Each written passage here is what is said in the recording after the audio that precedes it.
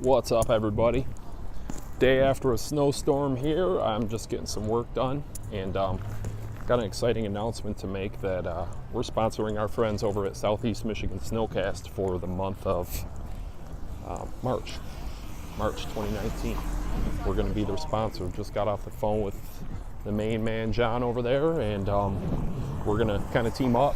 I know that we use Southeast Michigan Snowcast exclusively for dispatching our plow crews.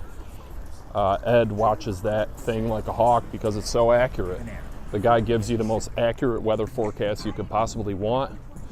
And when you got 25 guys and 8 plow trucks, it's pretty important to have accurate weather because there's people counting on us, and snow removal is a difficult business. It's difficult to time the storm and time the way you handle that storm. So we love those guys, and we're happy and proud to sponsor them this month, and hopefully for many more months going forward.